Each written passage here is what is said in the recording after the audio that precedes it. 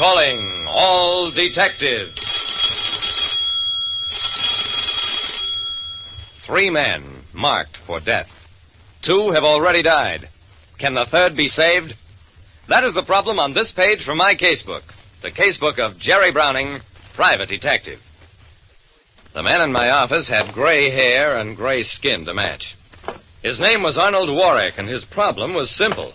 Mr. Browning, I'm scared to death. Take it easy, Mr. Warwick. Whatever you're afraid of, it can't touch you here. Warwick sat down. You don't understand, Mr. Browning. Martin Cantrell is a demon. There's no other word for it. He's killed 2 of us already. He said he'd kill me, and somehow he'll find a way of doing it. I tried to look impressed. Whom did he kill, and why? Warwick didn't like the question. It goes back a long way. Do we have to go into that? Yes, we do, if you want my help. It took a while, but I finally got the story. Martin Cantrell was a chemist who discovered a new cheap way of extracting vital chemicals from seawater. He sold his patent to a syndicate composed of Warwick and 2 others. Not to put it too delicately, the 3 men had cheated Warwick, framed him on a charge of having misused corporation funds, and had him sent to jail.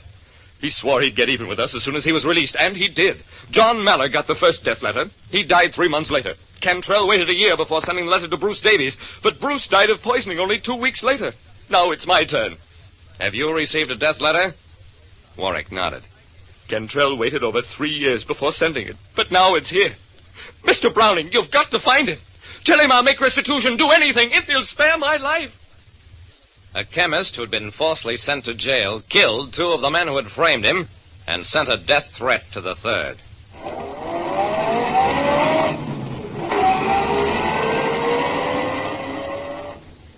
I drove the terrified Warwick home, told him to stay indoors until further notice.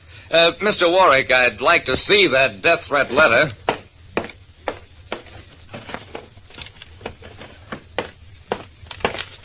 The letter was written in a neat, precise hand and came right to the point. 2 have died. You have no more chance to escape me than Joe Evold had.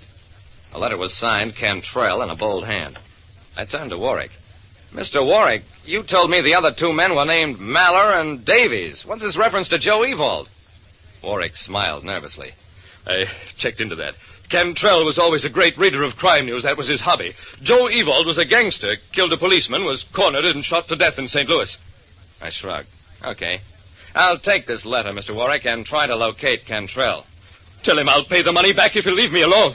I don't have much sympathy for you, Mr. Warwick, but I have none for a murderer.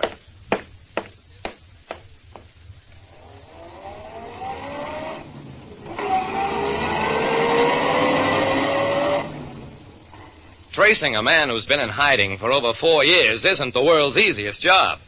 It was no trick to locate his wife and children. They lived in a small town just outside of the city. She supported the children by working in a dime store.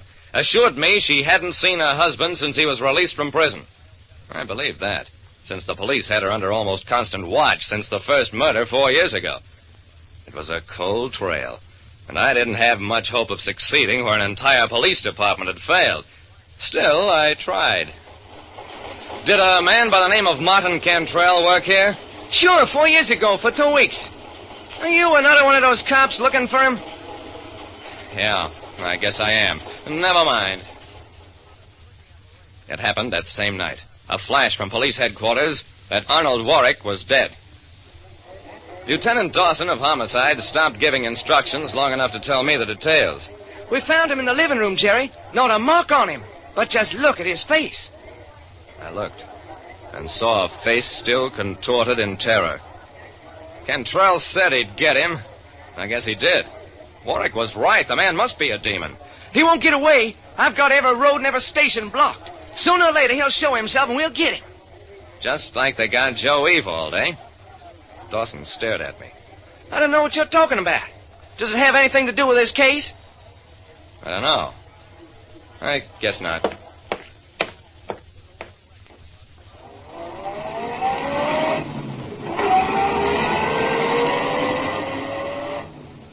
Dawson was sure that Cantrell would show himself, but days passed and there was no sign of him. The newspapers gave the story a big play, especially after the autopsy reports could give no clue as to how Warwick died. The papers ran pictures of Cantrell and trotted out all the old yarns about mysterious poisons that leave no traces in the body. But even all the publicity didn't help reveal Cantrell's hiding place. Jerry, I don't get it. Man has no money. He's got to eat and have a place to sleep, and he can't get either without working someplace. So where can he be? I don't know, Dawson. Unless his wife is hiding him out. Dawson shook his head. She's got a tiny 3-room flat above a store, no place in it to hide. He's not with his family, I guarantee that. Looks to me like he's clean vanished off the face of the earth. Dawson, maybe he did just that.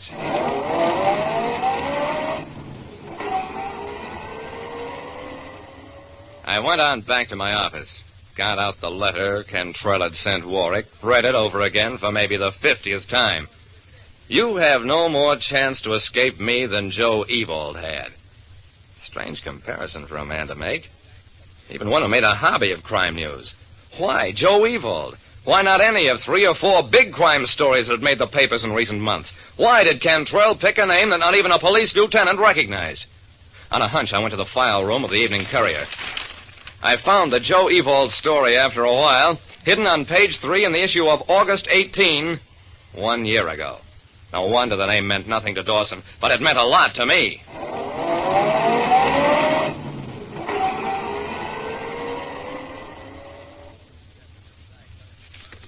I got out the death letter again, but this time I concentrated on the blurred postmark on the envelope.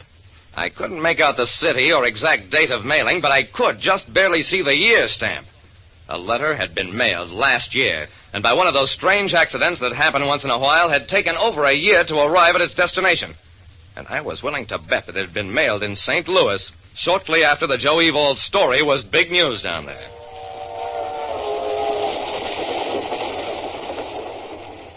Dawson and I went to St. Louis, and we located Martin Cantrell with practically no trouble at all. In a cemetery. He'd been living under an assumed name, but it was easy enough to track him by description. Maybe he'd meant to kill Warwick. Probably he did. But he died first in a rooming house fire. And what did kill Warwick? A heart attack, brought on by cumulative fear and tension. Like I said, there are many ways of dying, and being frightened to death is just as permanent as any. Listen next time to Calling All Detectives. Mystery drama, mystery quiz, and a chance for you to match wits with yours truly, Jerry Browning, Private Detective.